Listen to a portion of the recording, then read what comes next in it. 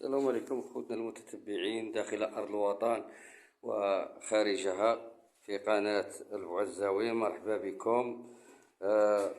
وكنشكركم على التفاعلات وعلى الإعجاب ديالكم وعلى التعاليق، والحمد لله.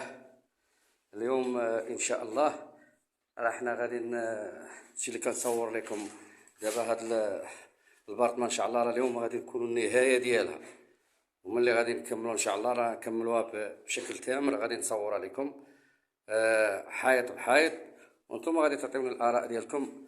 واش المرطوب ممكن نقدروا نديروه بالماكينه ولا الحاله التقليديه ديال الملاسه ولا ماليه. وكنشكركم وكنزيدوا كنشكركم كثيرا على التفاعلات والاعجاب ديالكم.